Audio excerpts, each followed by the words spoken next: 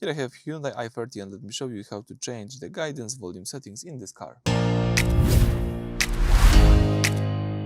So at the very beginning, let's start by using the home screen. Now let's find and select the setup button.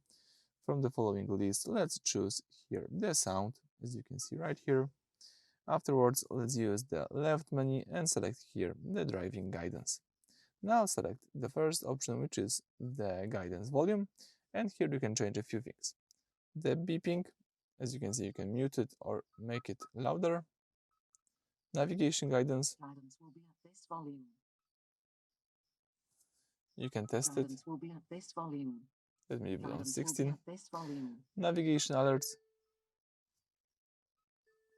Voice prompt. Guidance will be at this volume.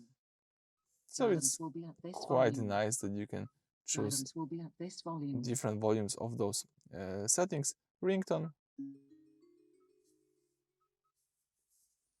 Alerts.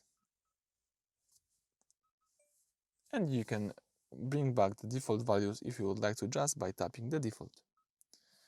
Alright, so that's it. Thank you for watching. Please subscribe to our channel and leave thumbs up.